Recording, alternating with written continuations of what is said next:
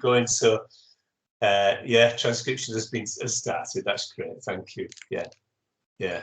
It's been good so far, hasn't it? And I hope I know you all bear with me actually in terms of giving visitors to board appropriate time.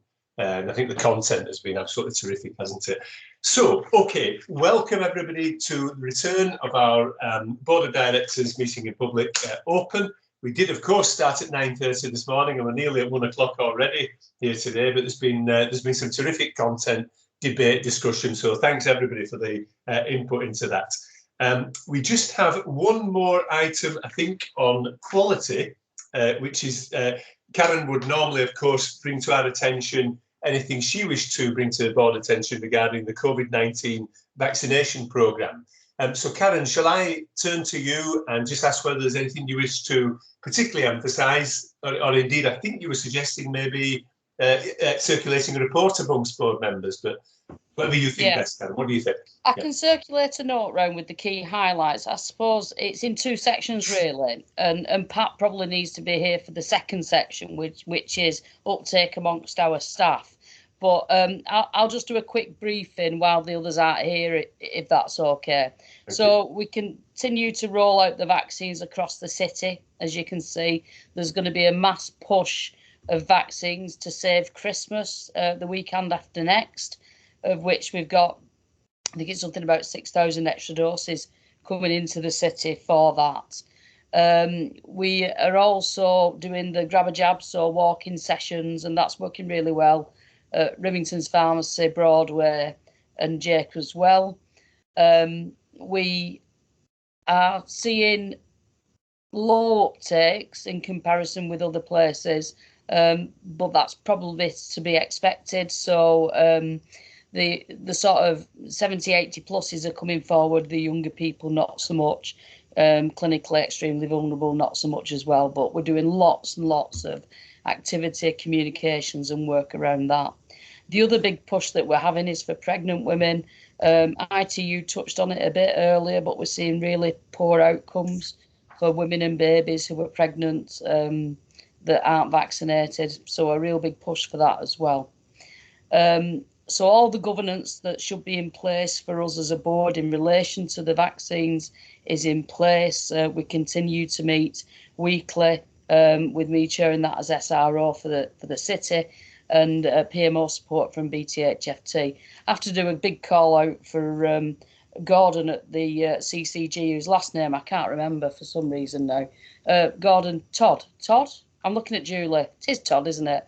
Who's been fantastic, absolutely amazing, and we wouldn't be where we are if it wasn't for him. I mean, he is fantastic. From a more local to us, we have got the vaccine centre running Thursdays, Fridays, some Saturdays. We are getting uptake, but it is slow, and we are behind the curve of the rest of Yorkshire and Humber when we look. But we have got plans and capacity in place to be able to get to where we want to be. We did start a bit later than other trusts because of the way the vaccines were coming in, so it might be that lag as well. We also know that you'll have seen on the press about mandating COVID vaccines for healthcare workers. That is going to be tricky for a number of reasons. So first of all, something is happening at a higher level, and I'll bring Paul in to talk about this in a bit, whereas the system that records vaccines is NIVS. We have our staff record, which is ESR. Up high somewhere in NHS England, people have done a comparison of NIVS and ESR, and they know that we've got 650-ish eligible staff that haven't had the vaccine.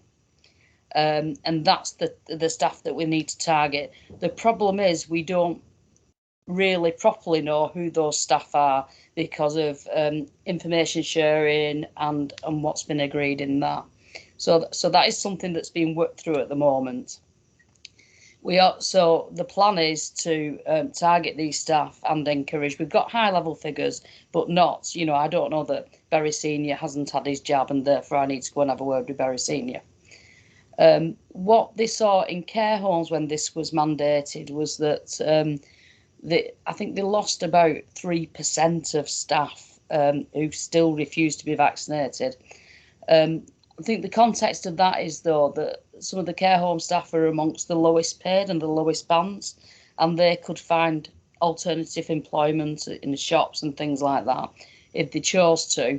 Some of our groups will be in the higher professional bands, and of course won't have the option of, if you're a staff nurse leaving Bradford to go to Leeds or York, because they're all doing the same as well. So we need to be able to work through that to get us in the best possible place. I'll pause there. I'm just, like I said, I'm conscious that Pat's not on. We are running the flu campaign at the same time as well. We're seeing a better uptake of COVID boosters than we are of flu. And we're looking at plans to sort of recover that position by having more peer vaccinators. What works well is when you have roving teams of people or people in each area that can give vaccines. That's great, Karen. Thank you very much indeed. And Karen, what was it you were thinking you might be able to just send round to board members? I was going to send round the slides which shows the uptake through the city, through different groups, so you can see where the capacity is, where the places of most risk are. Thank you. What I would say, and I'll stress this, so what the data shows us is that if you are non-white British and under 30 and male, there's probably only a 1 in 4 chance you will have had a vaccine. That is closely followed in that group by white British and all other groups as well. But there are clear sort of disparity between age, but also by areas of where people live and the areas of highest deprivation. So if you look on a heat map, city centre Bradford, city centre Keighley are areas that flag up as not having the higher uptake. Yeah, thank you, Karen. I think we would welcome that send round if that's okay among directors. Thank you. Yeah, we can take our time with the detail then, can't we? So shall I bring you in, Janet, and then Karen? So Janet first, please. Thank you very much. Just so board members are aware, because it may have impact on service delivery and certainly training, that obviously all front-facing students on placement will be required to be vaccinated, and all the higher educational sector are tackling how we manage that with current students, how we communicate that to recruitment that we're doing now, and how we market that for future students. We don't know what impact that might have on continuation, completion, etc. And hopefully we can manage the impacts, just so that people are aware, far-reaching and rapid turnaround everyone has to make. Thank you very much. That's really useful context for us to know, Janet. Thank you. That's great. And Karen, would you like to come in, please? Thanks, Max. Have we seen more uptake or any difference since vaccines have been mandated, Karen? So are we seeing people rushing to get the vaccine, or is it making no difference whatsoever? So we're going to lose people anyway. And if that's the case, judging by Pat's face and shaking head and yours, are we able at this stage to gauge? I know we won't know where they are because of the data issue, but can we resolve the data issue, and then that helps us to understand where the gaps will be and gauge volumes, so that we can start thinking about how we recruit for that if we can, and based on the People Academy update I'm going to give. I know that's really tough, but yeah, just trying to future-proof us, really. Yeah, you're absolutely right. So both me and Pat are shaking our heads. So Pat, for your benefit, I have sort of updated on us being nearer the bottom of the pack for boosters, and that we're playing a bit of catch-up, but the capacity is there. So we're not seeing people rushing, but we have got people who have notified us that they have had the COVID vaccination to Ocky Health, that have had it at GPs or other places, and that's not necessarily pulling through on the NIVS data, I would suggest. So I'll ask Paul to comment, but I think until we can really get down to that list of the people who haven't been vaccinated, and then it'll come to the individual conversations, I'm presuming, at some point. But it is evolving at the moment, and Pat might even have a more up-to-date picture than me. Pat, shall I bring you in now, please? Thank you. So I'm not sure what Karen said, but I think the most accurate picture we have is what's been pulled together nationally, and that's using ESR NIVs and NIMS, and that would suggest that 92% of our staff have had a first vaccination, which would equate to 600 and I think 625 staff. What we don't know at this point is whether those are, I imagine those will be a mixture of sort of frontline staff, or patient-facing staff, and non-patient-facing. The only other thing I was going to say, Karen, is we are noticing people withdrawing from interviews, particularly for healthcare assistant posts, because they're obviously people who previously worked at care homes and we're moving across to an area where, obviously at the time, vaccination wasn't mandatory. So we have started to see that. Thank you, Pat. And Pat, just to endorse Karen's point, would it be the intention for individual approach to staff members then that have not been vaccinated? Yes, yeah, it'll have to be a one-to-one conversation. Informal to start with, to try and encourage people to be vaccinated, but obviously ultimately if we can't redeploy someone and someone still refuses to be vaccinated, it will be a dismissal situation. Yeah, thank you, Pat. Thank you, Karen. Paul, would you like to come in, please? Thank you.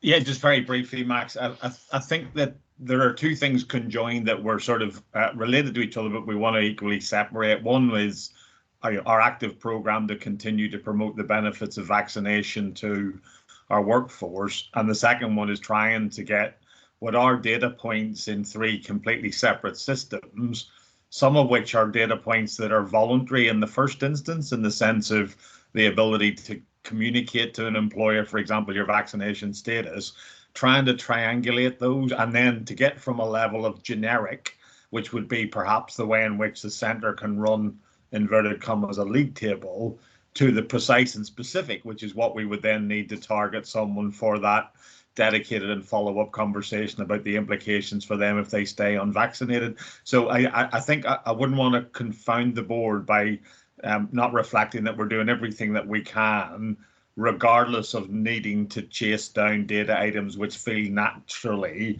unconnected at the moment. And indeed, without over speculating, it's a bit of a puzzle, to be frank, how the centre have managed to connect them, because Pat and I have reflected over time that ESR, for example, is one of the least responsive product suites that anybody could ever have, brought onto this earth. So we just wanted to make sure the board knew that we were chasing precision in the numbers, but not at the expense of doing everything we can to encourage and support staff to make the decision that would retain their services for, within our workforce going forward.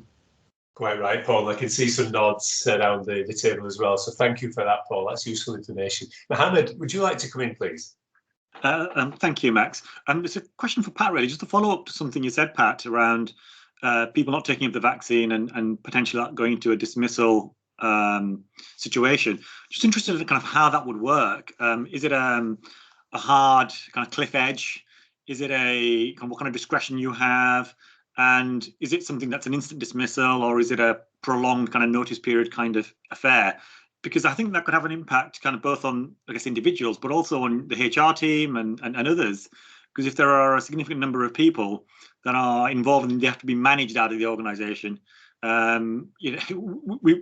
all know kind of the effort that has to be involved in trying to manage people out. So I'm just curious as to how that would be managed. And then just in terms of us monitoring, just the characteristics of those groups. And kind of what kind of support we need. I'm reflecting on where we were about a year or so ago when vaccines first started, and we had a very low uptake in some communities, but with kind of education and engagement, we managed to really kind of accelerate that. So just kind of reflecting back on that experience as well. Thank you, Mohammed. Yeah, and may I say, it would appear from Paul's input there might be an issue about data precision as well, might there? So yeah, thank you. So Pat, dismissal processes potentially, and who are they that are not getting vaccinated? Yeah, so as far as possible, we will want to retain people. Like, that goes without saying, and we will want to redeploy people where we can redeploy them. But at the end of the day, it's going to be a legal requirement for someone to be vaccinated if they're holding a patient-facing role. And until we see the code of practice, we're unclear as to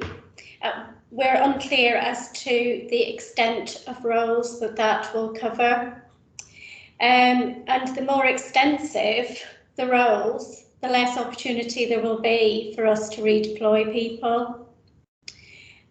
So ultimately, it will be a formal process. So the plan is, and I've already had sort of provisional discussions with our staff side about this. Obviously, the plan will be sort of an informal one-to-one. It would then go to sort of a formal one-to-one with a more sort of senior manager, at all times sort of attempting to dissuade. But ultimately, it will be a dismissal on statutory grounds. And we already had sort of a process set up for staff who work in care homes. So we had sort of a specific process for that. But because in terms of the staff group that we have that work in care homes, we only had a small number who refused to be vaccinated, and we were able to redeploy or reallocate duties. So sorry, Pat, just to follow that up then, so in terms of that deadline, was it April, I think? I can't remember. Yeah, 1st of April, so first dose by 3rd of February. Okay, so by 3rd of February, you'll know the cohort of people, is that right? Yeah, so the deadline to have your first dose is the 3rd of February. Okay, so that gives you kind of 2 months to work through whatever process you need to, I guess, yeah. Yes, yeah. So we've got December and January, but I'm sort of your point about impact on teams. I'm not underestimating the impact on the HR team, the occupational health team, and managers in terms of implementing this. Thank you. Yeah, thanks, Pat. Thank you, Mohammed. That was useful detail. And Pat, Mohammed's other point was whether we're given data discrepancies. Do we understand any themes or trends amongst certain members of our staff that might be of relevance to us who are not with the vaccination? Yeah, so nationally, again, with Paul's caveats about data, of this sort of 650 or 620, we understand not to have had a first vaccination. 350 of those are from an ethnic minority background. So again, in terms of our data validation, that will be one of the things we're looking at. So we already know in some groups we've a much higher non-vaccination rate than others. So our South Asian staff, for example, we've a low vaccination rate compared to our Filipino staff, for example. Yeah. Thank you. Thank you, Pat. Yes. Mohammed, did that address the point you were interested in there? Yes, thank you. I think that's enough for now. Thank you, Pat. Yeah, thank you. Thanks, Mohammed. Yeah, thank you, Pat. Yeah. Julie, would you like to come in, please? And then Karen. So Julie first, please. So, Pat, the requirement to be vaccinated is not new for our staff, is it? There are some staff groups where it is already mandatory to have certain vaccinations. Is that right? Yeah, I think so. It's mandatory to have Hep B for certain roles. Certain roles. Yeah. So that precedent has already been set. The challenge here is people are already employed who have made different decisions, whereas we wouldn't employ somebody without an Hep B vac. Is that right? Yes. Well, yeah, for particular EPP roles. Yes. Yeah. Thanks, Julie. Was your point there, Julie, about the principle or precedent having been Just clarity, really. So from a staff point of view, we do already have mandatory vaccinations. I think the challenge is people choose to come into those roles knowing that, whereas we're in a situation now where that's not the case. Yes. Yeah, good point. Yeah, thank you, Julie. Thank you, Pat. And Karen, would you like to come in, please? It's just to say that there will be a small amount of staff who are exempt for medical reasons and other reasons, and we need to have a process for that. But also we can learn a lot from the care home sector, and Louise Bestwick, that represents those on the COVID steering group, is willing to share what's worked well, what's not worked well, and any pitfalls. But I think we need to know who we're targeting, I think, and that will make the world a difference. Yeah. Karen, would exemption, clinical or otherwise, perhaps mean a different outcome in terms of dismissal? If that's not decided yet, then I'm happy that if we don't know, but I'm just interested in whether there may be alternative options for those who are exempt. I mean, Pat may know differ. So I believe from a care home sector point of view, if somebody is legitimately exempt, they've been allowed to continue in employment. I think is my understanding, Pat. Yeah, that's my understanding. Though my understanding is that the medical exemptions are likely to be very limited. Yeah. Okay. So let's not suggest we've got thank you. That's really helpful. Yeah. But there may just be a different approach for a few people. Yes. Okay. That's really helpful. Thank you very much. Yeah. In the absence of any further comment, are we content to note and thank Karen and Pat for the significant detail provided there and for dealing with questions that arose? Yeah, that's great. Thank you very much, everyone. So, and Karen has said that she'll circulate some detailed metrics for us that we can take into account in our own time. So that's really helpful. Thank you, Karen. And thanks for the detail provided there. Okay, that's great on quality. Shall we now turn then, please, to finance and performance? Happily, perhaps for me in the chair, there's simply the chair's report being asked to note, which has the details of the academies from September and October. But I'll turn to Julie. Julie, I've made a note that I was really impressed by the writing in paragraph 8. So I'd have to remind myself what that is, but I was obviously extremely impressed by the way in which that had been presented. I'll get that up now as I'm looking. But Julie, I'll turn to you and invite you to offer board directors what you feel they might wish to emphasise. Okay, so I'll keep this brief given we're running behind. I do want us to talk about the improvement plans that we've looked at finance and performance. So the performance improvement plan and the financial improvement plan.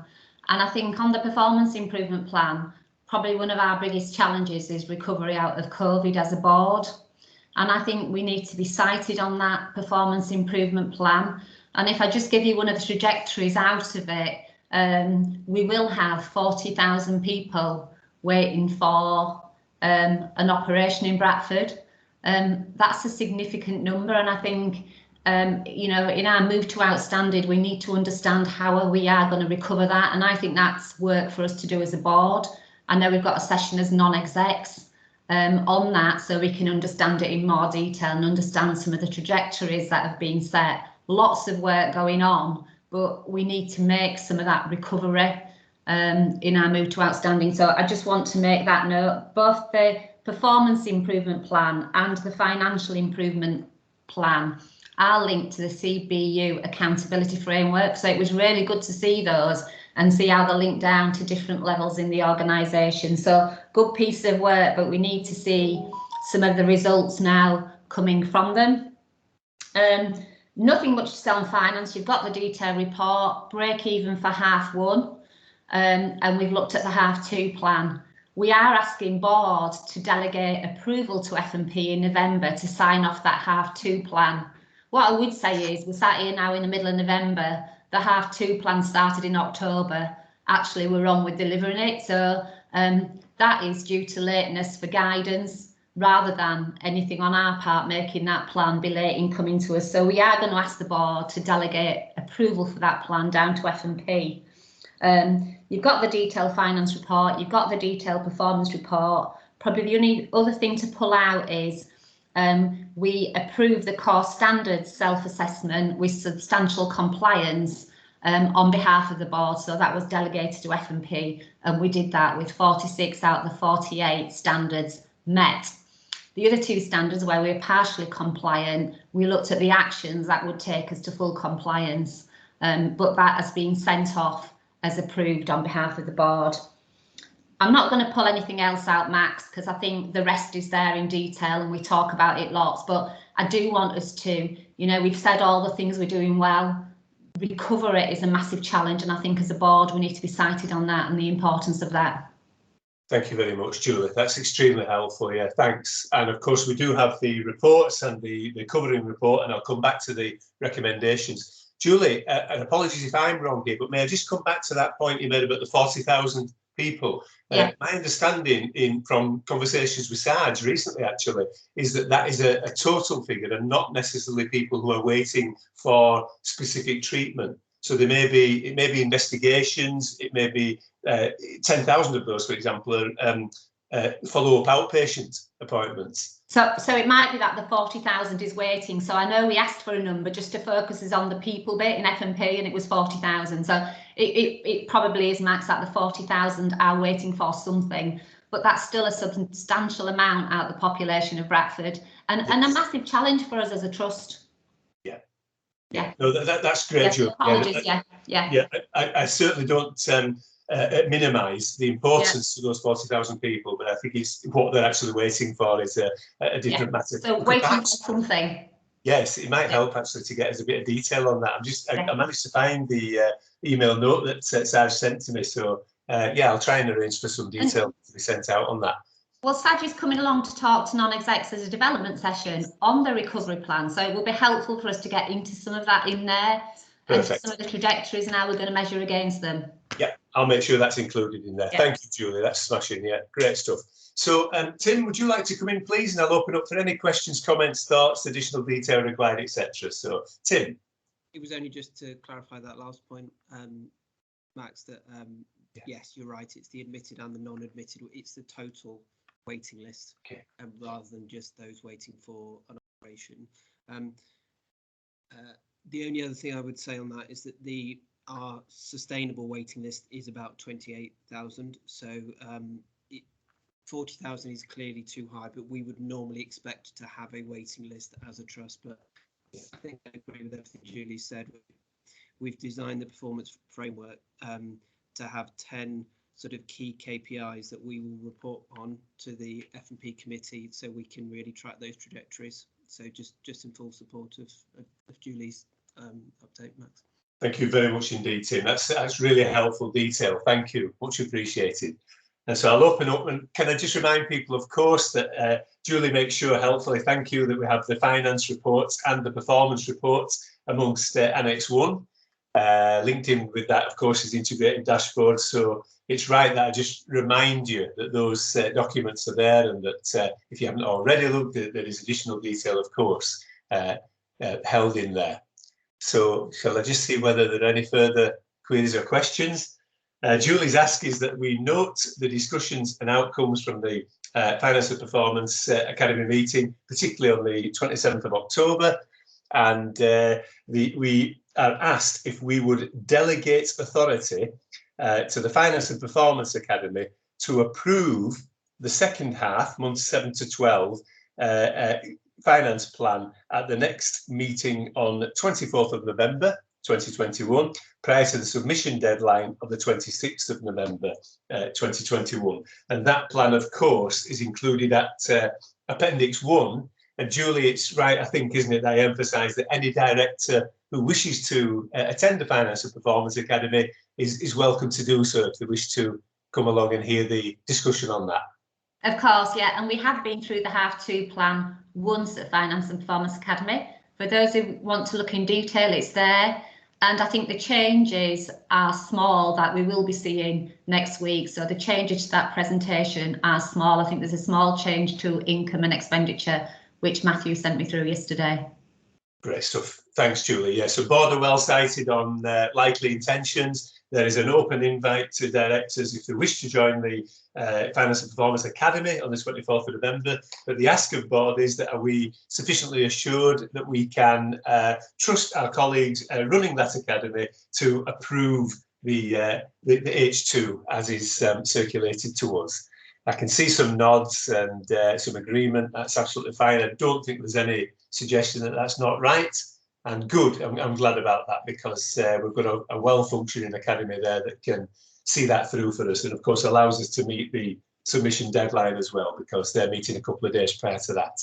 So no further detail required. That's great. Okay, Julie, so that's that. Thank you. We do note the discussions, and we do delegate authority to the academy for that work to be held on the 24th. Thank you, Julie. Yeah, that's really helpful. Thanks. And as I say, colleagues, let me just remind you, please, that there are those additional detailed reports in the annexes, should anybody wish to look at those. Okay.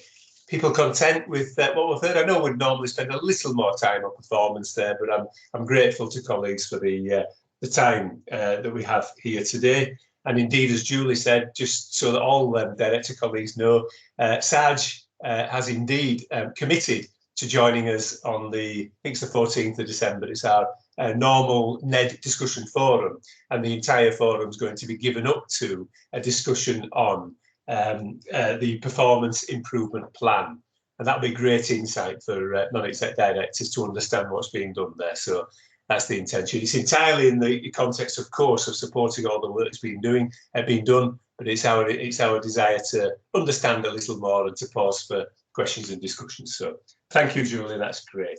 Shall we move now then to people, please? And I will turn to Karen.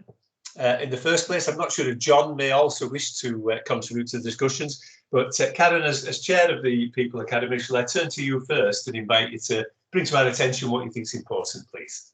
Yeah, thanks, Max. I went through everything for October as well, but John, feel free to contribute. I think we've heard loud and clear this morning anyway, the staffing pressures and the pressure on people more generally, and obviously it's a huge focus at the People Academy. If you look at the dashboard, you'll see an increase in turnover slightly for September, and we saw people choosing to retire. I think early retirement in some cases, and there is an issue around work-life balance. And everything I talk about, there are mitigation plans in place, but let me just paint the picture first.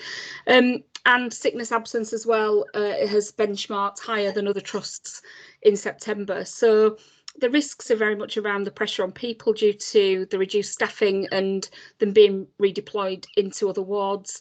And there's a risk around the theatre staffing levels and not being able to support the restart of all that elective surgery that Julie talked about. There's an awful lot of work going on across the trust on diversity and belonging. I think the highlights over the last couple of months have been gender equality focus groups, something we've not necessarily focused on quite as hard more recently. And there are three themes coming out of there. One around the need to increase engagement with senior females and aspiring females in those senior roles. Another around the blockers for progressing if you're a female, and then exploring men in those sort of middle management layers and challenging those stereotypical female roles as well. Lots of initiatives, so reciprocal mentoring. I've seen lots of notes out on that more recently, so that started. And we had a great update from Karen Snape, Mark, around what's going on within estates and facilities, which was really brilliant, actually, and a fantastic reminder that life goes on outside of the front line as well. And we were reminded of the contribution of that team particularly, but it was also highlighted by one of our staff governors in October. You know, we talk a lot about nurse recruitment and clinician recruitment, but there are a lot of other roles outside of that I think it's important to focus on. We had a look at staff survey actions, so there's a fantastic leadership development pathway that has been developed, and uptake has been very high. Wellbeing conversations, civility in the workplace, Thrive employee engagement and experience platform has launched as well. And fantastic news for September too. we did a freedom to speak up audit, and it was a sea of green, which is really encouraging because that tells everybody within the trust that it is safe to speak up within Bradford, and obviously we want people to do that. So, staffing wise, there's a lot of mitigation. There's a nursing recruitment plan. There's a breakdown in the papers. I won't go through it now. There's a review of the disciplinary process to see if we can reduce the length that takes for issues to be resolved. There's some mediation coming up as well, and civility. We've heard a lot about civility, and I think we've got an update coming at the next People Academy. Thrive, being well received, and well-being key focus, and then that leadership development, which I think helps support those people that are under pressure. I'll whiz through a brief update on October, John, if you want to just interrupt me at any point. We did see an increase in harassment and bullying cases from April this year to September compared to the previous 6 months, albeit what we did see was an increase in no case to answer, or they were resolved informally, which is great news. It's about relationships and us being able to resolve these issues informally.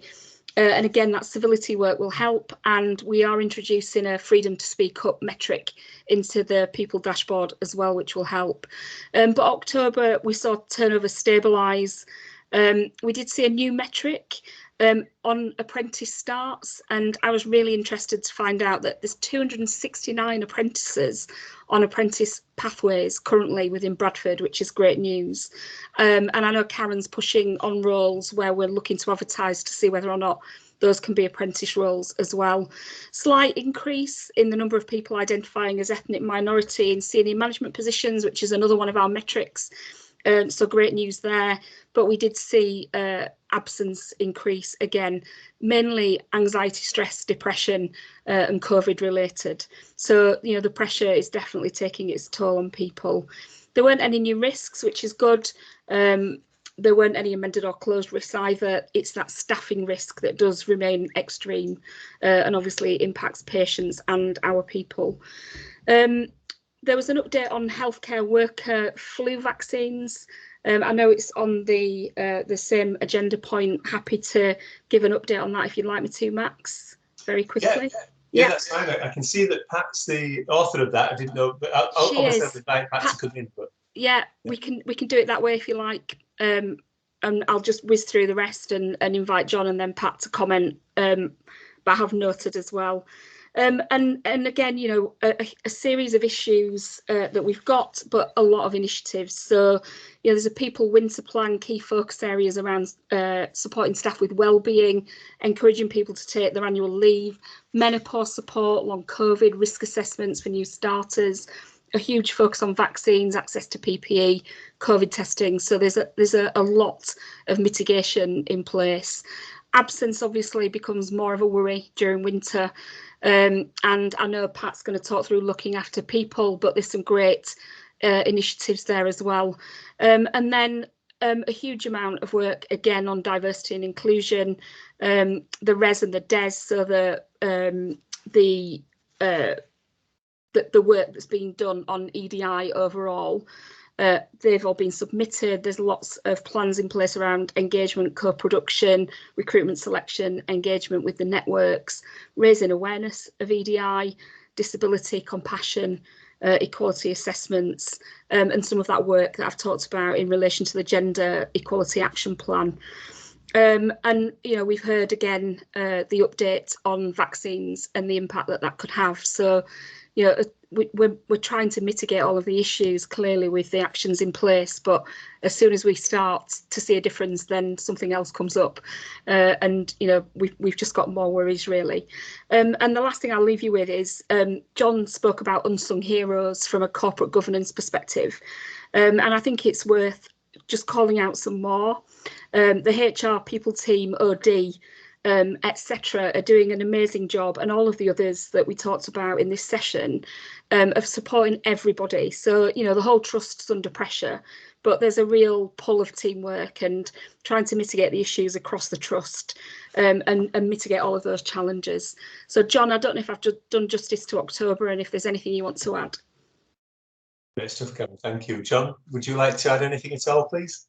Just three quick things, Max, because Karen's review was very comprehensive. It's great to share the meat and then not have to do the feedback. So thanks for that, Karen. I appreciate it. Just three very quick things from me, just to draw board's attention to some of the challenges in maternity around staffing, particularly around midwifery, which is a national challenge, and some creative thinking is needed there specifically. As chair of the October meeting, I was delighted how organic the equality stuff was, and it really linked to the business. And in these very challenging, shall we say, difficult times, it's easy for some of that stuff to fall down the agenda. And I think it shows how we see it as absolutely core and central to our business, which I think is great. And just the other thing, really, Karen, to draw people's attention from the academy generally, is that we are still having discussions about how we best structure the agenda in terms of ordering of the items to get decisions, discussion and assurance right in terms of the balance. Thank you. Thank you very much, John. That's really helpful additional detail. Thank you. And thank you to Karen for, quite rightly, John, you point out how comprehensive the input was. Thank you. Yeah, I'll open up for any questions, comments, thoughts, and obviously also give Pat a chance to come in. Pat, I know we'll wish to just touch on the healthcare worker flu vaccination programme. So, but before we ask Pat to do that, I'll open up for any general questions. Mohammed, would you like to come in first, and then Julie, please? Thanks, Max. Just a couple of points. Just in the res document, there was something there about, I think you talked about the dashboard for the People Academy metrics being approved in the November meeting. So I guess that's probably in the next couple of weeks. But there was something else about the diversity of the board of directors, and there was an ongoing action in terms of looking at how we might address that. I think what would be really good would be to see something a little bit more granular as to kind of what sits underneath that. And I guess, you know, it won't sit necessarily in this document, but it would be good to see kind of the more granular specific milestones that are sat under there. Thanks. Next week. And then the other comment was just, I guess, John, you touched on it briefly, was you talking about the current times and just reflecting on, I'm sure we've all heard or seen the Azim Rafiq testimony at the DCMS this week, and recognizing we're a big employer in Yorkshire. And, you know, I know we're not like that. I know as an organisation, we are much more proactive, but equally, it's important that we're not complacent in any way. And I just reflecting on, is there anything that we can do, recognizing both that might have triggered a lot of people in terms of emotions, in terms of personal experiences, in terms of providing that kind of support, and also perhaps thinking about, is there anything that we can do more proactively to try and listen? And I think what I took away from the Azim Rafiq testimony in part was that people just weren't listening when he was talking or about his experiences, and his kind of remedy for the future was for more listening. Rather than jumping into kind of possible solution mode and trying to fix stuff. And I just think perhaps there may be some lessons in there for us, not directly because we're not Yorkshire Cricket Club, but just in terms of there's always more that we can do. So perhaps something to pick up there. Yeah, thank you, Mohammed. Yes, very well put. I'll not expect an immediate response, but I'll take all the points and then we'll come back to them. Maybe invite a view from John Holden and Pat and Karen, of course, and John. So, Julie, would you like to come in, please? It's a question really, which I don't know the detail of, and I would do if I went to People Academy, I'm sure. Flexible working plans. So we've talked a lot about our workforce issues throughout this meeting, and the kind of flexible working world in the wider environment has changed, hasn't it, significantly? You know, more people working from home, more people wanting to work from home. Are we doing enough in our flexible working policy? And after listening to Mohammed, are we listening? Are we listening to what people want? Very well put, Julie. Thank you. Yes. And may I ask whether there's any other general comments related to people, and we'll pick up on those three key points that have been raised? Yeah. Okay. So what I think I heard was the diversity on our board and whether there were particular milestones or metrics we ought to be seeking to achieve, or at least understanding. The point Mohammed made about the you know, it's a cause célèbre in a way, isn't it? The Yorkshire County Cricket Club problems that there's been there, and whether there's an appropriate response that we might wish to undertake in order to mark that milestone. And Julie's point about flexible working plans. And I've seen some of those, but maybe there's a view on whether we're being proactive enough on that. and indeed those 3 points were made in the context as well of are we listening to our staff when, for example, it would appear Yorkshire County Cricket Club did not, as a good example. So shall I turn to Pat as Director of HR in the first place, but obviously offer any feedback on those points from anybody, please. So Pat, what would you say about those 3 or 4 main issues, please? Okay, I'll start with flexible working. So in terms of part of the people promise is flexible working for all, which I know is easy to say and in some environments more difficult to do. But obviously we have launched a new policy. We launched it about a month ago in terms of making sort of very clear that there is a new contractual right to request a flexible working arrangement from day one of employment, and that our aim is not to ever lose someone from the trust because of sort of work-life balance reasons, or because we can't accommodate a different working pattern. We've got that in itself does require a change in culture of the organisation. So I totally get by launching a new policy, you won't change how people sort of think. But we are sort of over the next few weeks doing a number of roadshows. We've sort of just agreed a new resource pack, guidance for managers in how you sort of can accommodate different arrangements, and just really asking people to think different and asking people to think differently. So I think, Julie, we're on a journey with flexible working, but it is definitely, in terms of the focus groups we had around gender pay gap, flexible working was seen, the lack of flexible working was seen as a barrier for people in terms of wishing to progress to more senior leadership roles. And Pat, may I ask whether is that work heard at People Academy? Are there discussions taking place at People Academy about flexible working intentions? Yes, yeah. So a couple of months ago, we had a presentation actually from the 2 policy authors, and then that will then sort of come back in terms of an update through our sort of NHS People Plan actions. Yeah, no, that's good to know. Okay, and I could sort of feel around the table a little that there was an endorsement of the idea of us being proactive on flexible working policies and trying to encourage and promote those. So unless anybody would disagree with me, I wonder if we might just record the board of directors' support for that work and encouragement to be as innovative as we can. Yeah, thank you, Pat. Yeah, and on the other points, Pat, was the point about board diversity and.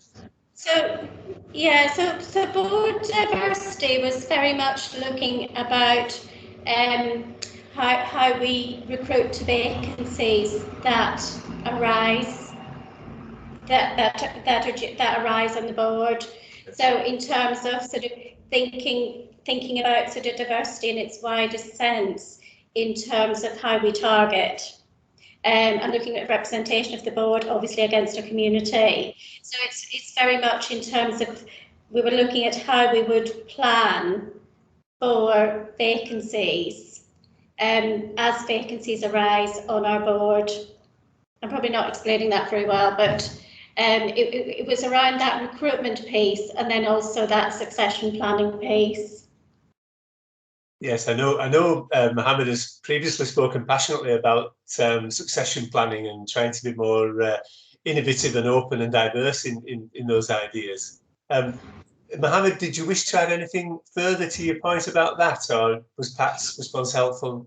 No, it wasn't to put you on the spot, Pat. It was simply to say that there was a single line in there, and I was just interested as to, there will be somewhere beneath that, I'm sure, some more detail. And even the things you're talking about is what are the triggers? And you talked about the triggers perhaps being succession planning or vacancies. And that's the bit I was interested in. When do these things start happening? When do they trigger? And when they trigger, what does it mean? But you don't need to answer it today. It was just, I'm sure you've got it somewhere, but I just wanted to raise it. Yeah, no, that's fine. Thanks, Mohammed. Thanks, Pat. And Pat, on the issue of the the milestone racism case. Is there something for us there, do we think? And again, it's absolutely not intended to put anybody on the spot, of course. It's a good point raised amongst directors. No, look, I think there is something for us. I think there's something for the networks to look at what that something is. And so I suppose we can't get away from when we look at our sort of harassment and bullying complaints, when we look at our staff survey results. You know, we have a higher proportion of ethnic minority staff who say they're being harassed and bullied in the trust, who say they face discrimination in the trust, and it's how we do have action plans to try and get behind that. We obviously do have cases that go to formal investigation and are dealt with that way. But it is that what else can we do? Yes. So perhaps a couple of reflections on that, Pat. I think there's something, I agree, there's something for the staff networks to do, but I think it's much broader than the staff networks, something for the organisation to do as a whole. I think the staff networks quite often are preaching to the converted. They're preaching to the people who, you know, are already kind of engaged in that debate around equality and inclusion. For me, it feels like there's something for the organisation to say, we've heard this, and we recognise that a large number of our staff may be upset by this, triggered by this, and personally listening to it, a lot of what he talked about resonated with me and with everyone in my family. So we've all experienced that, and not even 20 years ago. So I think there's something about people maybe upset, and that's important. The other thing that I noted, and I don't necessarily think we should do it, but I think we should certainly give it consideration, was that the ECB and others have established hotlines for a short period of time to let people in this moment, if they wish to, have a means of raising a concern or logging what they've experienced, because it's out there in the ether at the moment. It's alive. People are experiencing and reliving it in some instances. So is there something about almost being more proactive and saying, we want to hear what your experiences have been or may have been? Thank you, Mohammed. Yeah, excellent points. I'll pass out. I will, of course, come back to you as we close this item, but there are other people waiting to speak. So I'll maybe bring John Prashar in first, I think, and then to John Holden. So, John, would you like to come in? Thank you, Max. I'm not sure whether John's going to make the same point as me, but as a non-executive board member who does understand and feel many of the things Mohammed referred to, I'm very assured by the approach the executive team are taking to this, because as a result of some separate work and in parallel to but completely independent of the Azim Rafiq and Kamlesh Patel activity at Yorkshire, John and I have had some fairly open discussions about what we may be able to do as a trust to listen more. And as a result of our discussions, John was taking away some thinking to do around how we enhance that. So I'm actually assured, Max, that much of this we were doing prior to some of the wringing of hands at Yorkshire, but I'm not trying to underestimate the impact of that at all. Thank you. No, that's helpful context. Thank you, John. Yes, yeah, okay. And John Holden, shall I turn to you now, please, John? Yeah, thanks, Max. So I'll not repeat anything anybody's already said, and I'm conscious that if you try and describe some of the things we are doing, there's a risk it immediately sounds either complacent or defensive, and we should be neither. I think if Mel was here, she would say, like every organisation, we recognise we've got a big challenge with this and we need to measure up. So I suppose I was just going to, you know, in addition to some of the things Pat was saying, our Equality and Diversity Council is a forum for people to speak up. Mohammed makes a good point that there's a risk that you hear the people who are going to speak up and not those who aren't. But that doesn't take away from the fact that we've got to create these opportunities, freedom to speak up, staff advocates and so on. I think there is a broader point, isn't there, about the culture of being a listening organisation.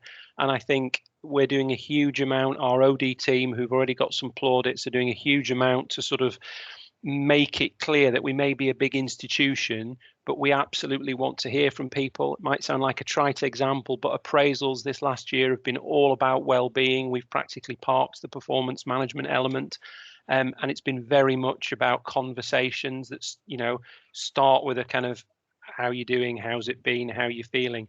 I hear what Mohammed and others say about that triggering, and there is some challenge for us there, isn't there? Is there anything else we need to do to be receptive to that? I think the staff networks are a good point.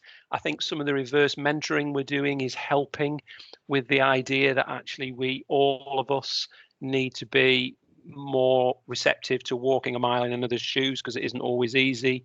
And I also think we have to live this stuff. We can't just print policies and so on. Like, nobody's saying that, but I would say if you look at the track record over the last year, the events we've taken part in, speaking out against racism, some of the ways in which we handled through COVID, the obvious evidence of people from minority ethnic groups suffering worse outcomes, and the steps we've taken to try and address that.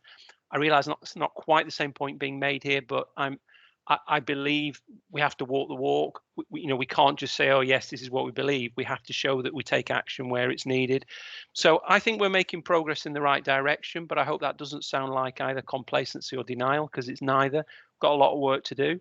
And I think we're moving in the right direction. I think this sort of conversation, especially that point about triggering and are we really in listening mode, is really helpful and gives us food for thought. Yeah, it's a great discussion and really important. Thank you, John. Yeah, Karen, would you like to come in, please? Yeah. Thank you, Chair. So I agree with everything John said about walking the walk and talking the talk, but I think what we need to do is make sure that it's not just us doing that. This needs to go down to the rest of the organisation.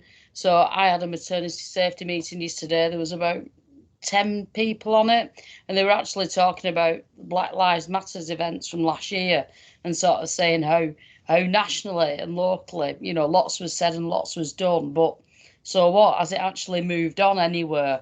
So in the national psyche as well as our local psyche. And I thought it was a really interesting point, because I think we talk a lot at board. I think Equality and Diversity Council is getting those messages out. We've got the advocates, but are we really getting down to the root cause of what we need to do to make improvements so that everybody feels, treated respectfully with dignity, etc. when they come to work, and also to make sure that our workforce is reflective of our community, because I think we dine out on that a bit as a bit of a fudge. So when you look at our lower banded staff, we're probably overrepresented there, and we know it's the higher banded staff that we're underrepresented. And I've made this point before, but I think we need to look at why we are overrepresented in the lower banded staff to see what opportunities we can give there to move forward. And I know Pat's is involved in this and is pushing it as we are as an exec, but I think we need to start looking at it slightly differently as well. Yeah. Right. Final comment then, Pat, on this issue. I know you want to brief us on healthcare worker flu vaccination as well, but so from what you've heard, I guess what I'm looking at as chairman, isn't it, this has been a terrific conversation, and there's some genuine passion and engagement amongst us all here. Where do we take the next steps? Where might we try and influence discussions in accordance with the sorts of things we've talked about today? What do we think? Is it through EDC Council, for example? Or?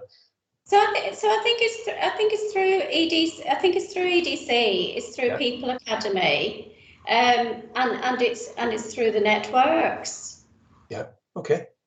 Probably those three. Yeah. Yeah, but I think that it's been a really useful discussion, because there's been different perspectives there, hasn't there? And that kind of challenge of how innovative and far forward we're taking things. So yeah, okay, great stuff. Thank you. I made, 1, 2, 3, 4. I've got about 8 different notes of examples of ways in which we are trying to tackle these issues. And can I just bring to your attention, just to support Karen's point, when she quite rightly pointed out in the initial brief, about the great work of our FTSU guardians, Karen, yeah, and the audit that was done on their work. That was great. And I don't think you mentioned this, Karen. Apologies if I'm repeating anything, but when we held our last Freedom to Speak Up meeting, Karen is indeed our NED champion on that issue, and myself and Karen Dorber and Mel attend that meeting as well, of course, with a lead guardian. We recognised and valued the role played by our FTSU guardians, and I just wanted to share with fellow directors that they have all just received a letter from myself and Mel expressing our thanks and appreciation for the work they're doing. So I did just want to share that with board directors, that there's a recognition and a value being placed on the work of our FTSU guardians. And one of the things I'd made a note for myself there in response to Mohammed's really interesting points was whether there was something we could promote through our FTSU guardians in terms of the listening culture and are we listening. So I accept this isn't necessarily the right place to make that decision, but I put that down as a possible idea that we can think about that. Karen, maybe you'd, Karen Darber, if you wouldn't mind, maybe you just make a note of that and see whether you think that's not a bad idea. Happy for you to take it forward as you see fit. Okay, that's really useful discussion, everybody, and recognises the importance of this stuff. Okay, Pat, you would wish to that we note the review of and be assured from the influenza vaccination programme. Was there anything particularly you wanted to bring to our attention regarding that paper? Okay, so in terms of the best practice management checklist, this is something I have to bring to board. So we have assessed ourselves as being confident in terms of flu delivery. I do need to tell you that in terms of this moment in time, we are slightly behind in our delivery plans. So 40% of staff have received a flu vaccination compared to sort of a national average at the moment of 47%. Part of the reason for that has been the occupational health manager has been off sick for 7 weeks. She has now returned. And I think part of the other reason has been people are holding off to actually have their flu vaccine at the same time as they have their COVID booster. So we're really seeing, we're seeing that sort of all our flu clinics are booking up really well, and we are increasing the number of mobile units that are going round. But just being totally open, I do need to tell you where we are with our delivery. We are confident we'll get back on track, and obviously in terms of the target this year, it is for us to offer the vaccine to all staff with the ambition of an 85% uptake by the end of February. Thanks very much, Pat. Thank you. Okay, so to finish this matter, shall I return just to Karen Walker and ask whether, in light of what you've heard there, Karen, was there anything else you wish to say in closing People Academy business? Nothing, thank you, Max. I think we've covered pretty much everything. Yeah, no, it's been a good discussion. Thank you, Karen. Yeah. Okay, so we're being asked to note the discussions, actions, and outcomes from our People Academies. Thank you, Karen, for those, and to note the review and be assured from the healthcare worker flu vaccination programme that Pat shared with us, and obviously the challenges with that as well. Pat, you have a hand raised. Did you want to come in with something there? I just need to update the board on sort of one other item relating to sort of industrial action ballots. Okay. If it's okay for me to do now. Of course, yeah. Go ahead. Yeah. Okay, so it's just really to bring to the board's attention. So the GMB are currently balloting for industrial action over this year's pay award. They're seeking a 15% pay award rather than the 3% that was offered and has been paid.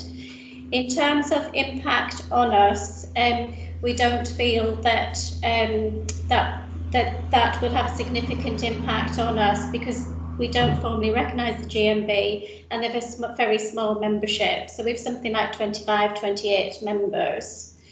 The other two unions, however, who are undertaking indicative ballots at the moment are both Unison and the RCN, and both of those are sort of due to sort of close beginning to mid-December.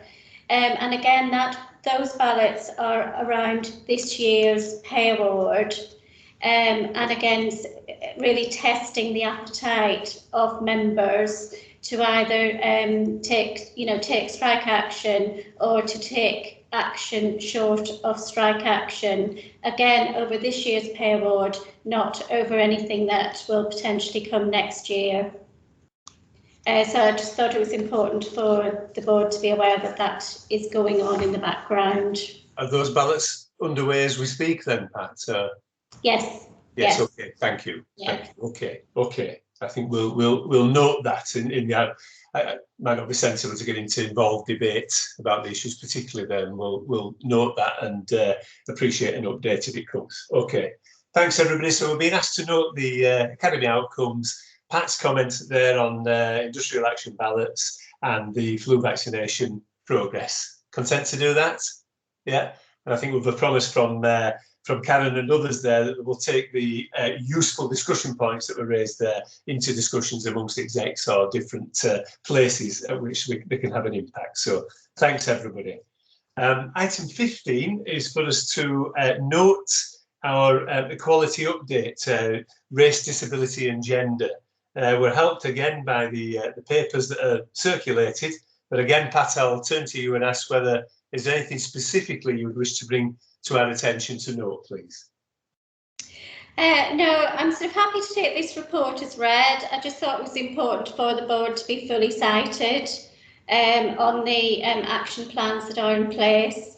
We did have sort of a detailed discussion, as you've heard, at last People Academy.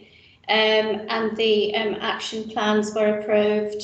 They clearly sort of link through to both our people strategy and the NHS people plan. And the gender pay gap is a much more focused action plan this year, where we also have sort of a reference group set up now to sort of test out ideas and influence actions on that. So, and again, we will be monitoring progress through the People Academy.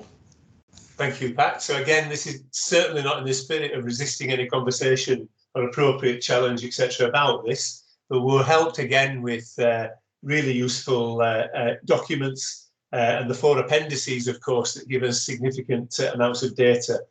Compliments to Kez, who appears to be the author of much of that. Pat, is that right? Yeah. So thank you to Kez for bringing that to our attention.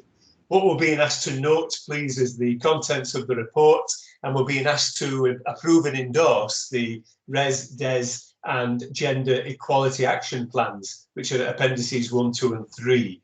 And we agree to support and receive updates on the progress on both action plans. So having read papers prior to the meeting, was there anything anybody wished to raise for further query, detail or challenge, etc.? No, can I take it? We've all had a chance to look at that, and we're content to approve those plans and to note the detail. Yeah. Thank you, everybody. Thanks. Okay. As ever, of course, it's welcome to any director to make personal contact with Pat in relation to these matters, and should they wish to inquire or find anything further. Thanks very much. And Pat, as a standing item, we always want to know that we are doing our best to look after our people. National NHS priority number 1 is making sure that our people are well enough to look after those people that we care for. So may I just ask whether was there anything in particular, I recognise the time now, but is there anything in particular you'd wish to bring our attention to in relation to what we are doing to look after our people? So I think the ICU presentation earlier at the meeting was really useful in terms of how it highlighted the pressures on staff and the importance of the focus on health and well-being, and I think that really shone through from that presentation.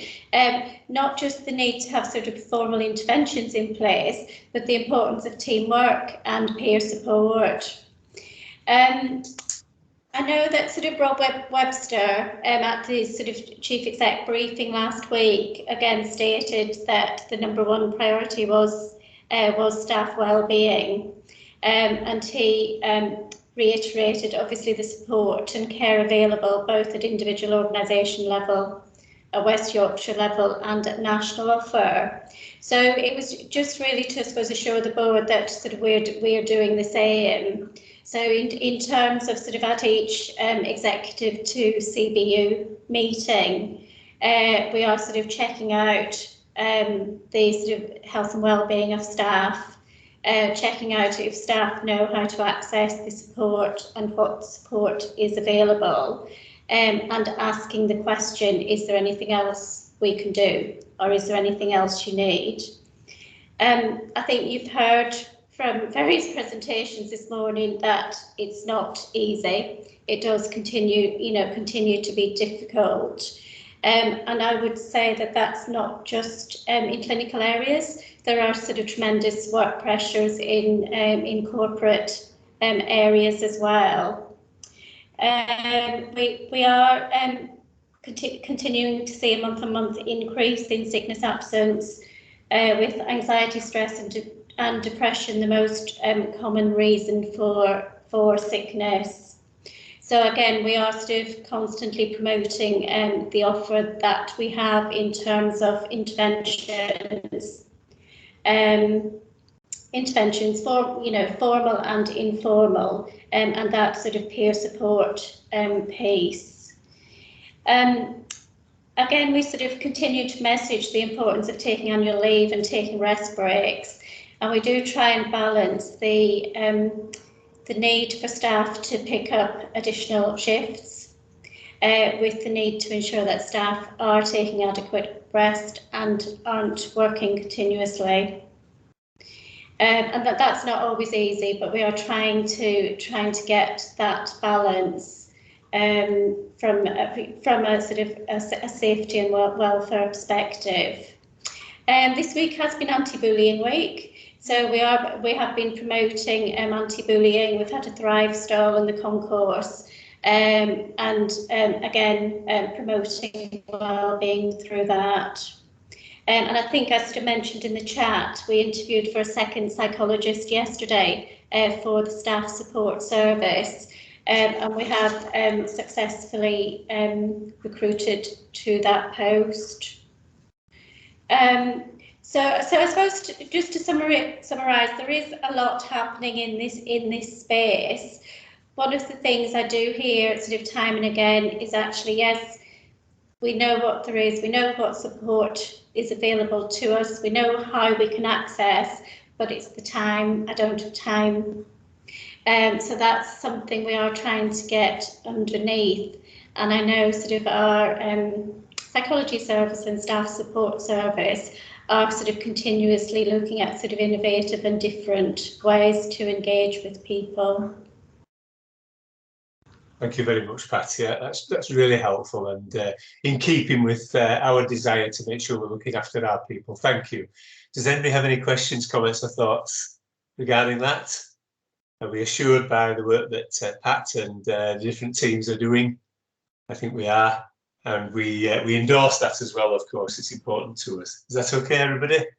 Yeah, we're done with the people section. That's great. Thanks very much. I'll turn to John now then, thanks. Who certainly, John, you were intending to bring us up to date with certain CEO issues, as well as then turning to strategy issues, corporate strategy and our comms update. So shall I turn to you and let you run this bit, please? Yeah, sure, Max. I'm a bit unclear how much time you want me to spend on anything. Should I kind of rattle through a brief CEO update, and then maybe you could give me a feel for the subsequent items, what you want me to do in terms of timing and pacing and so on? Would that be all right? Yeah, absolutely, John.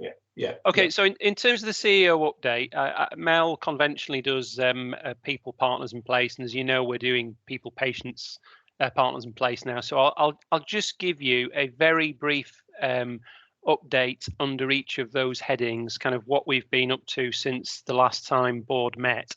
And I will skate over a lot of things, either because there just isn't time to do everything or because colleagues have already alluded to things.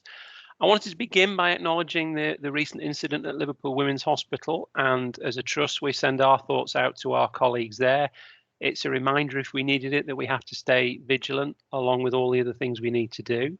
We have had advice from NHS England, and we are taking local measures to ensure an appropriate and proportionate response.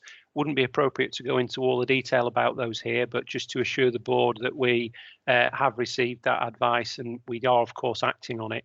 Mark can say more if you wish, but probably for now that's enough in an open board setting.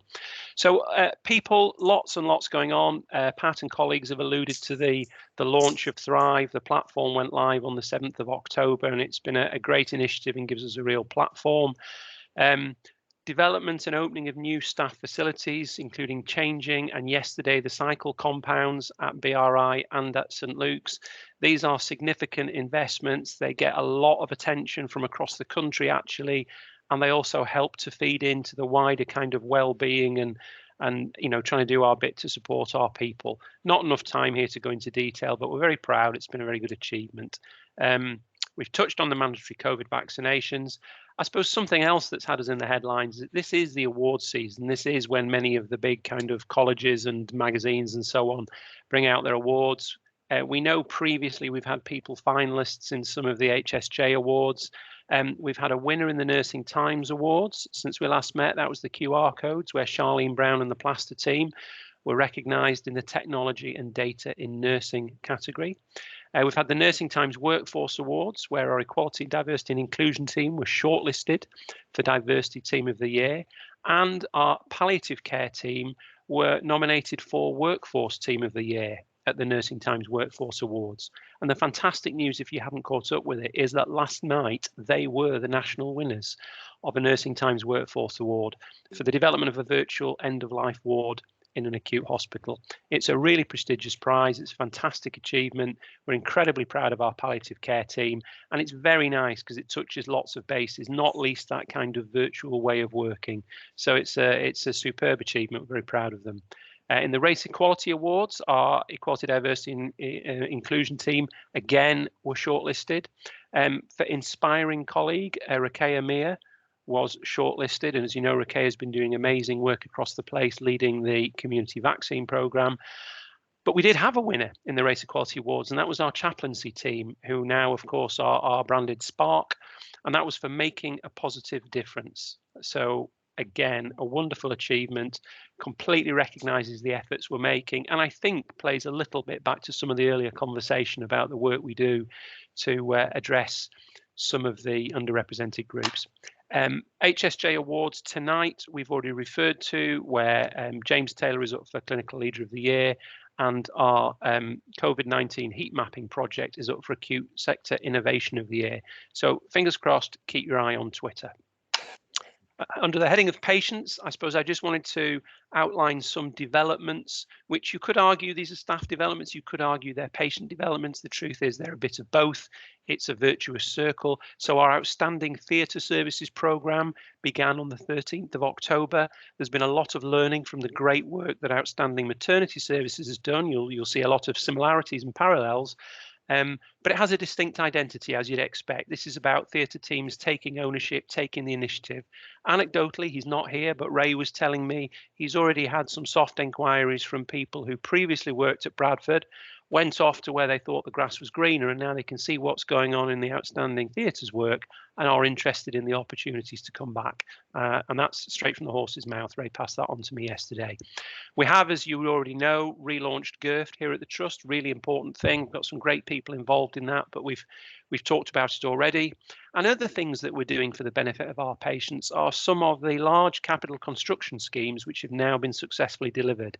So in the Accident and Emergency Department, the Single Isolation Suite, and the new ICU unit on Ward 10. Wards 2 and 5, which will be our acute surgical unit, are very close to completion, and that's going to be hugely helpful in terms of managing flow as we head into winter. In our place, in our Bradford place, the story continues in terms of strategic capital developments, where as part of the new hospital programme, our expression of interest is being assessed and scored by NHS England, with further information requests flowing through to support our bid. And as you know, we're part of an expression of interest with Airedale and with the Care Trust, which recognises we all have significant capital needs. We had our first ever Green Summit last week, deliberately timed to coincide with COP26. We had around 40 attendees and as many people again who told us they wanted to be there and sent comments.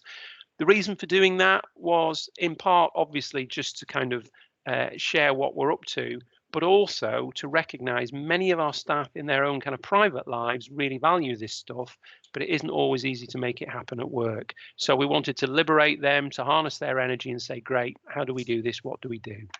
And then one final comment under place. I happened to be listening this week to the NHS Providers Annual Conference. There was a live stream, and Chris Hobson, who many of you will know from his national media appearances, was talking about integrated care systems. And he was talking about place-based partnerships. And he said, if you want to look for great examples of improving services at place, you could look at Surrey Downs or you could look at Bradford. So it was very nice to have a completely unprompted, spontaneous big up for Bradford from somebody who's as influential and media savvy as Chris Hobson. It was a nice thing to hear. And finally, in terms of partnerships across West Yorkshire, obviously all the exec team work with their opposite numbers across the region on strategic issues to do with people or finance or winter planning or whatever. Mel attends on behalf of the Bradford district in Craven Place and is keeping us up to date with legislative change activity. You will be aware, I think, that Rob Webster is now the CEO designate of our ICS, and Cathy Elliott, the chair of the Care Trust, is the chair designate of our ICS. So those seem like two great appointments, and we'd be delighted with those. And my last point under the CEO update is just to flag that we have a board development session on the 9th of December, and as part of that, we'll be doing our own kind of discussion and update on integration, change, ICS, and so on. So I'll leave that there in terms of the update, Max. Hopefully it wasn't too long, but I think if Mel had been here, she would have wanted you to be aware just of the range and scope of stuff that's going on. Yeah, no, hugely relevant sound bites, John. So thank you. I very much appreciate the brevity there. Thank you. And it doesn't stop me, of course, opening up for any questions, comments, or thoughts that people would wish to reflect to John. No, are we content with what we've heard? That's great. Okay.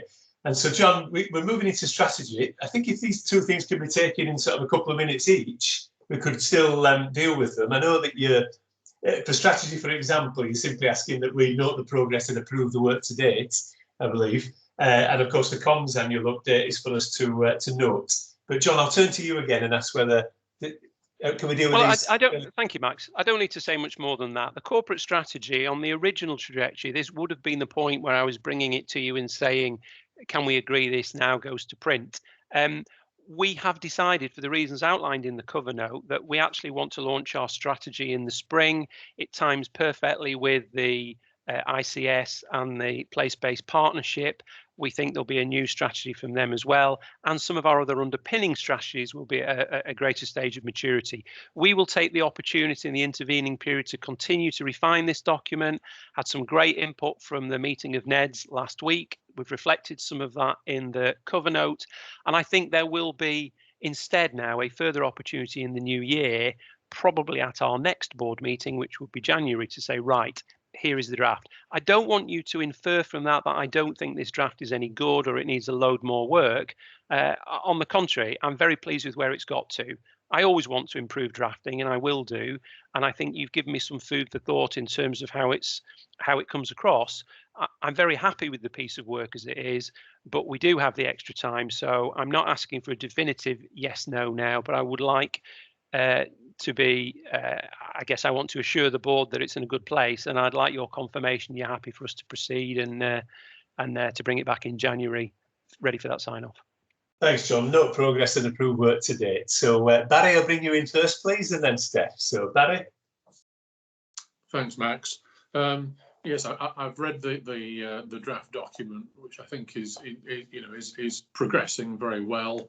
I think the discussion that we had as an NED group last week was very helpful and useful in understanding where we are.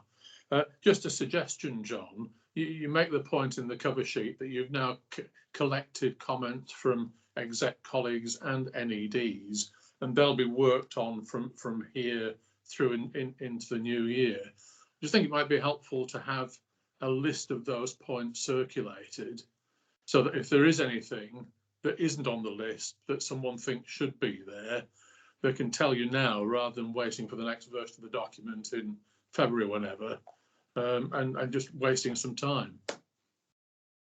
Thank you, Barry. I can. So the exec colleagues have provided text, and that is now woven into the document. Okay. But what I don't think we've quite managed to do yet is do it as seamlessly as I would like. So there is nothing outstanding from execs in terms of scope. There isn't some other, amazing idea that hasn't made it in yet, and I haven't told you about it. It's all there, but I don't. I think, frankly, I think the document's still a bit baggy. I think it needs tightening up, and some of the feedback from Ned's about kind of jargon-free and speaking to the culture of Bradford and so on. I think we can do more on that, but there isn't a big thing lurking that I haven't brought forward. So I don't mind summarising what we were told, but it won't tell you anything you haven't seen if you've already looked at the document. Okay, that's fine. Thanks for clarifying that. Okay, no, thank you, Barry. Yeah, and of course we have a strategy lead with us today, Steph. So from another world in finance, building society. But what would you like to say, Steph? Thank you, and thanks, John. Sorry, because I don't think I was able to attend the session last week, so sorry I missed it. Just a couple of observations and polite challenges, I guess. Firstly, massively impressed when I read the paper, because obviously you've got such a complex system. To be able to articulate that in one document was pretty impressive. I guess when I look at the 4 strategic priorities, a lot of what comes out of there is that they're all going to be enabled by digital tech and data. And there's a lot of work that will need to be done to do so. And I guess there's a polite challenge there, really, to whether digital tech and data should have warrant its own strategic priority. Now, I know that would totally mess up your 4 Ps that work really nicely from a comms perspective. But I guess there's a recognition there that without doing that enabling infrastructure, it's going to impact all of the other things that you're trying to achieve. The other one was just about taking a step back and thinking about who the document is for. Now, obviously, it's a corporate strategy, but we're here for our patients or potential patients. And when I read the document with that in mind, I kind of step back and think, all right, well, Bradford's in a good place, which is excellent, and they're trying to find other opportunities to be even better. And that's great, but I guess my main concern as a patient or potential patient is, if I need a service, am I going to be able to access that quickly, in time, and will we get taken care of? And I was a little bit, not surprised, I'd say that's the wrong word. I guess I was curious we didn't really get into some of that till halfway of the document, and I think there might be benefit of kind of facing into some of that at the beginning. I think I'd expect to see a little bit more of that sooner, because it's a big strategic risk we're facing. And then just lastly, a really small one, obviously, when you do get into the what we need to do to the recovery plans, it's a little bit hard to monitor or understand how big a gap some of those things are, because you mentioned we want to get this back to where we were in September 2020, but I can't really understand where we are today or where we were in 2020 to see how big a gap or how big that needed to be. And then last, which is a really hard question, and I'm sure you're going to get onto this in the next stage, is just about implementation and transformation. You've got a bucket load of things to do here. Are you clear in your mind of where you need to start first to make sure we deliver this strategy in the right order? Very good point, Steph. Thank you. John, before you come back to that, shall I go to Paul, who I think may be touching on some of that anyway, and then invite you to have the last word. But great point, Steph. Thank you. And very familiar points with that some of our non-execs have been suggesting as well as part of the process. So thank you. Paul, would you like to come in?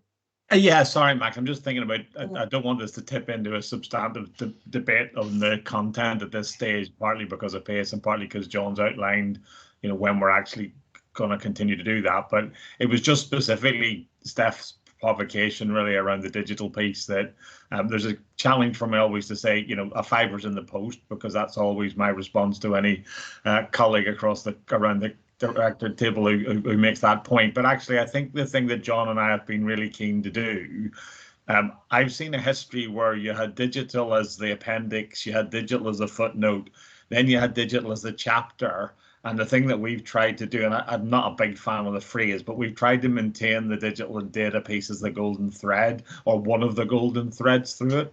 I think the challenge, which I'm sure Altaf is also going to suggest, is, and you still need, if you like, a technology strategy which is slightly different to what we're talking about. And I absolutely accept that provocation, but I would suggest John and I are working hand in glove about actually digital transformation is a much bigger offer these days than the phrase a technology strategy. So my response is really we'll try and do both and, because I think we all recognize, yeah, you need both and. Thank you, Paul. Yeah, and John, I think there was the issues about patient access first, perhaps, or earlier, and indeed, what's the prioritisation? What should we implement first? Yeah, okay. So, I mean, Steph made some good points, which I probably can't do justice to bolting through it now. I think in terms of implementation and priorities, we've said we will produce with the board, probably through board development, some kind of logic model approach where we talk about how we'd expect to see each of the priorities addressed. But the point that I do want to stress is that we do have a series of underpinning plans, strategies, programs, and the detail will be in there. And we're not going to write the detail on the face of the strategy. But that doesn't mean it's not a good challenge to say, of these things, which will you do first and where can I see that written down? It's just, it's not going to be on the face of this. I think the logic model will be a helpful way of identifying the mechanical link between the overarching strategy and the delivery mechanism, and you ought to be able to look at that as one place where you can say what has to happen, who's going to do it, by when, where will I see this described. So I hope that's a start of an answer to the question. The more detailed point about access, Saj isn't here to answer, but I will say in the contribution he and his team gave us for the draft strategy, we weren't able to go back round and do, all we did was kind of stick it in. We weren't able to do some of the fine tuning, so we'll want to do that. Tim may want to comment, but I'll not drag him in because obviously I'm conscious of other things we need to talk about. So the recovery plans I would expect to do with there. Who is it for? Really good question. I'll probably speak to you about that separately, Stephanie, if I may. But what I would say is this was a question we asked every time we did one of those engagement events, going right back to the board in April when we did a Menti session. One of our questions was, who is it for? Who do you think it's for? And I got lots of different answers. Yes, of course, patients was one of them, but believe me, it wasn't the only one. Many people said, sorry, just need to get rid of a call. Many people said it's for everyone. Some people said it's for the board. Some people said it is for the patients. Some people said it's for the staff.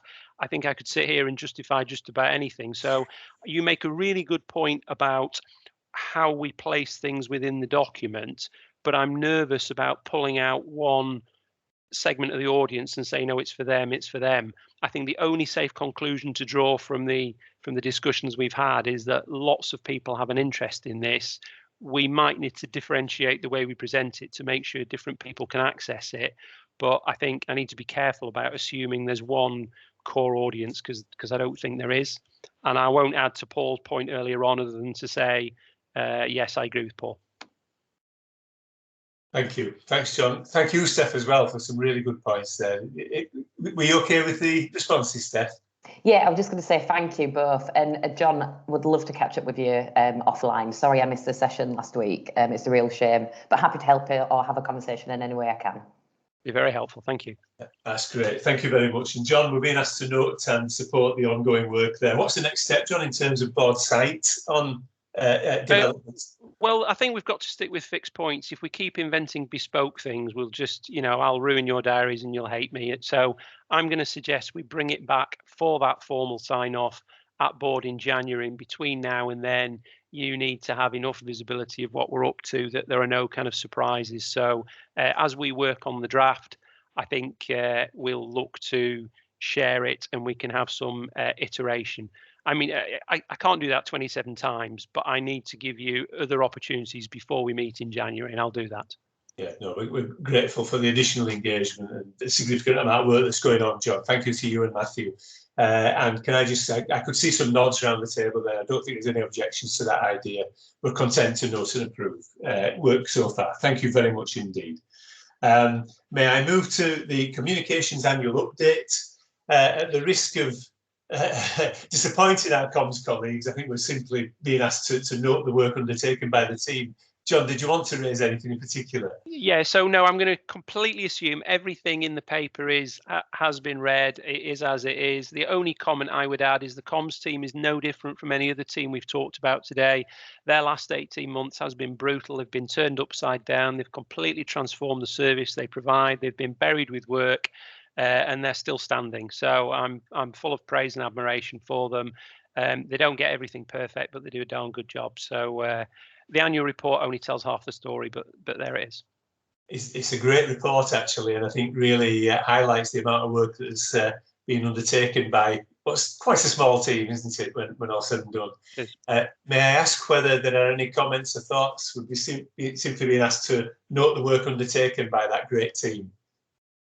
Are we content to do that without further comments? Yeah, we do indeed note it as a board. Thank you. Thanks, everybody. We'll move to section 4E, which is John's opportunity to bring to our attention the partnerships, dashboard and strategic risks. John, anything we should note in particular, please? Thank you, Max. As I always say, and forgive me, don't go looking in the partnerships section for all the evidence of partnership working. It should be everywhere in this meeting, Blackpool through a stick of rock. It's everywhere. What do I want to flag? So things are starting to shape up in terms of the governance model for how our place will be led in future, through the formal arrangements, through the revision of a strategic partnering agreement, through the appointment of key people. We are closely involved in it. Mel, as our chief executive and as the place leader, make sure that we are involved in all the discussions we need to be. Partnering is going well. I think Actors One's a very strong programme. I didn't want to highlight anything else. I think those are the important things for the board to be assured about. Thank you very much indeed, John. So again, in the spirit of opening up for any comments or question, I do know colleagues will have read these papers. Is there anything anybody wishes to raise further? We're simply being asked to know to be assured by that report. Yeah, I think we're okay. Thank you, everybody. We'll move to section 4F, which is the audit and assurance. We have our updated board assurance framework, which I know was reviewed extremely recently by the executive management team. And John, I think you might want to bring to our attention a small change to the escalation process for strategic risks. I think that's right, Max. I think that's the substantive point for discussion. So the BAF is there for you to review and note. The strategic risk register, as is based on the process that you're familiar with, and we're just drawing to your attention movement of risks and so on. In future, what we will do is bring to board a slightly different presentation of the risks, because in future, we're not going to make a subjective judgment about whether a risk is, quote, strategic, unquote, or not. Rather, anything which scores 15 and above on the risk register will make it onto our high-level risk register, which will be reviewed through the executive team, through the academies, and ultimately, by exception, reported into board. So we will have a more kind of consistent, predictable, transparent approach to the risks which come through, rather than somebody deciding whether a risk merits being strategic or not. The risks which are 12 and above will be tackled through the conversation the exec team has with the clinical business units. And as you know, we do them on a rolling cycle, so everybody gets seen every 2 or 3 months. So we feel we've now got a more fit for purpose approach to identifying and discussing the relevant risks and making sure they get the right level of escalation. So that's the process that we've determined that we want to follow, and we're bringing it here just to check that board is happy with that approach. Thank you, John. More transparent and visible, I believe. So, Barry, would you like to come in, please? Thanks, Max. Yes, just quickly to say, I think the revised escalation process is a good move. Yeah. I think that blanket focus on all 15s, with the added benefit of some assurance that 12s, those bubbling unders, where you might say, oh, I just wonder what isn't quite making the 15 cut, but we should be interested in and we should be assured with regard to. I just think it's a good step forward.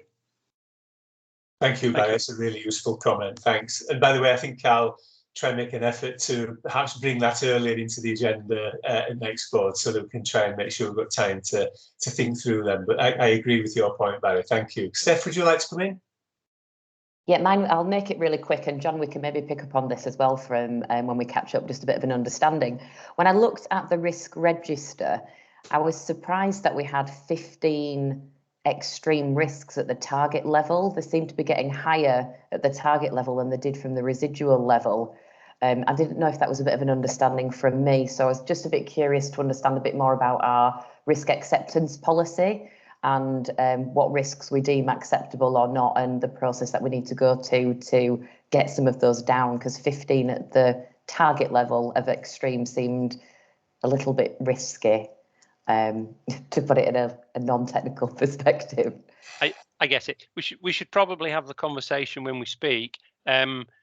I think I would agree with you. That number seems high. In part, it's the nature of the business, but there's also stuff here about whether we use our risk appetite in the way it was originally intended and so on. So happy to have the conversation and see where we get to. A great point, Steph. Thank you. Yeah. It just reflects on the point we could do with a bit more time, perhaps, to think through the risks. Having said that, I know colleagues will have read them and have the opportunity to raise questions. Karen, would you like to come in, please? Yes, so partly in answer to Steph's question. So one of the things that we've realised, especially when we've looked at 15s and above across the board, is that there are a lot of risks that have been on a risk register for 3, 4 or 5 years. And what people have done is just added to them over time. And COVID's hit, and then that's added a huge more pile of risk, and it's gone on as an add-on. So what we're stressing to people and what we're asking people to do is to look back at that risk, close it if it's over 2 or 3 years old, redo the risk assessments, and redo the risk on the risk register if it's still there.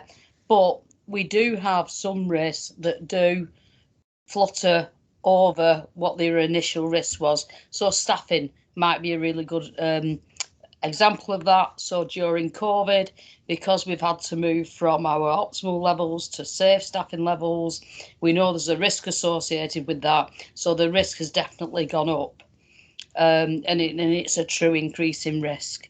But we do keep very close eye on them. And like I said, that whole risk assessment process just starts to pull that out. Thank you. Thanks very much, Karen. Yeah. So we're being asked to note and approve the recently revised board assurance framework and indeed the new escalated strategic risks. Content to do that and had the chance to review those? Yeah. Thank you, everybody. Barry, may I turn to you then for items 21 and 22? There is a report from the November Audit Committee.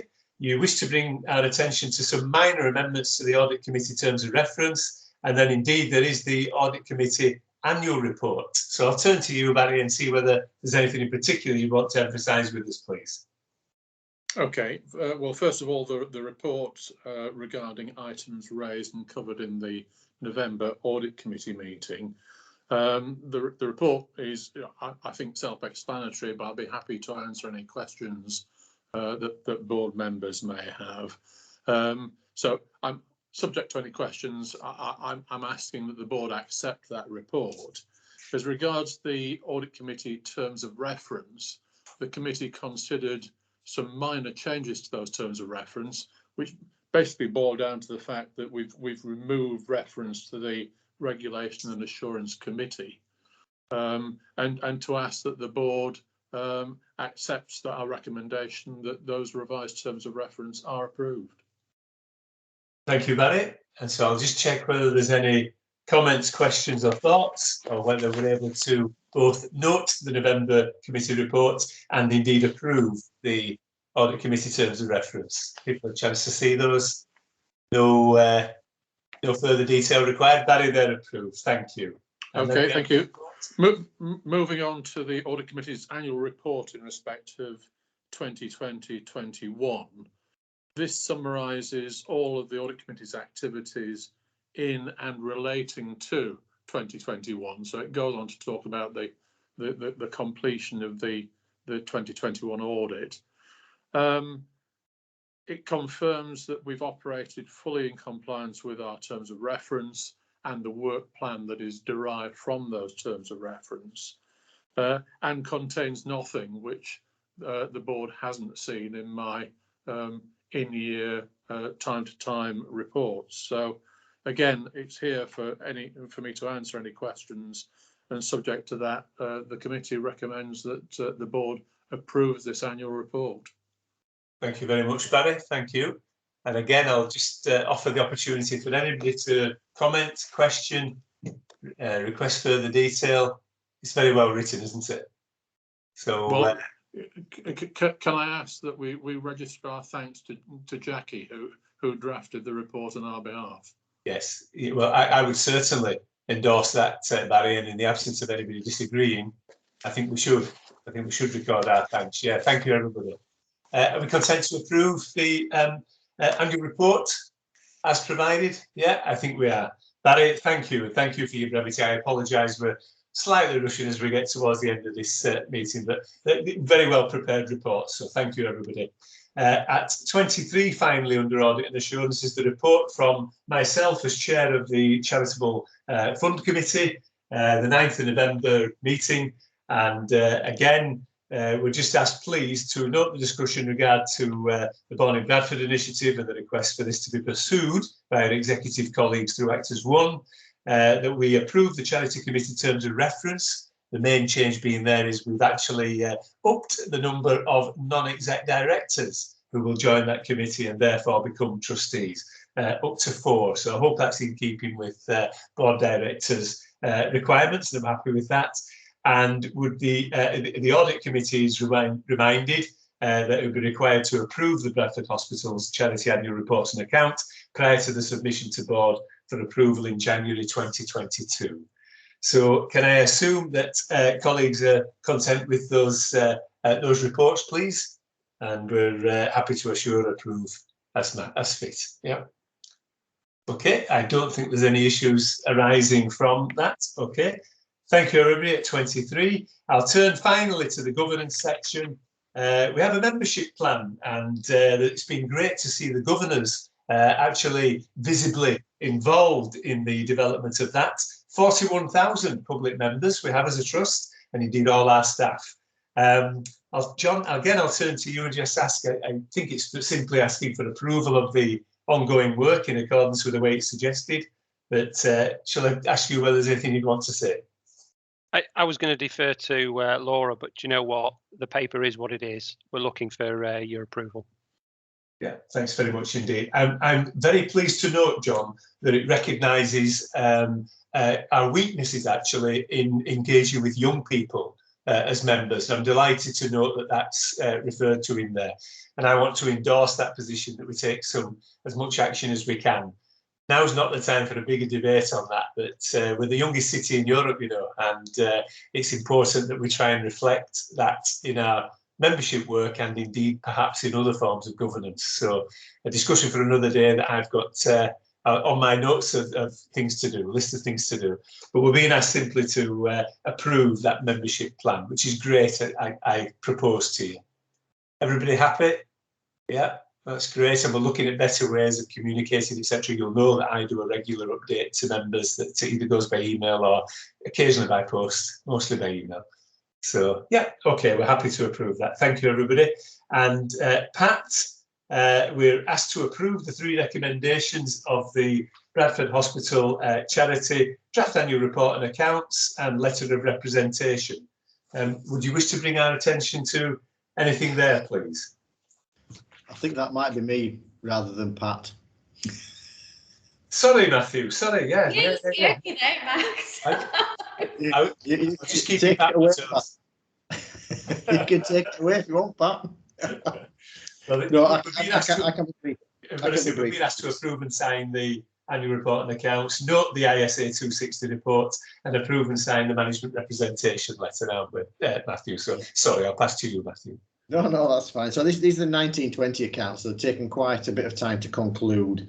A number of to and fro's with Deloitte, the auditors, around a specific transaction that they were trying to suggest it was a complex transaction, and we changed the views over time. So that's what's been the delay in terms of approving these accounts. We have agreed the extension with the Charity Committee, and the accounts have been through the Charity Committee for approval. They've also been through the Audit Committee, who approved them virtually. So they're just presented here for final approval on the recommendation of the Charity Committee and the Audit Committee.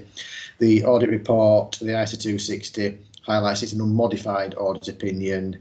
There's no uncorrected misstatements, and they provide a true and fair view of the accounts and the detail in terms of what we've done throughout the year, noting that this is the year 1920, pre-pandemic.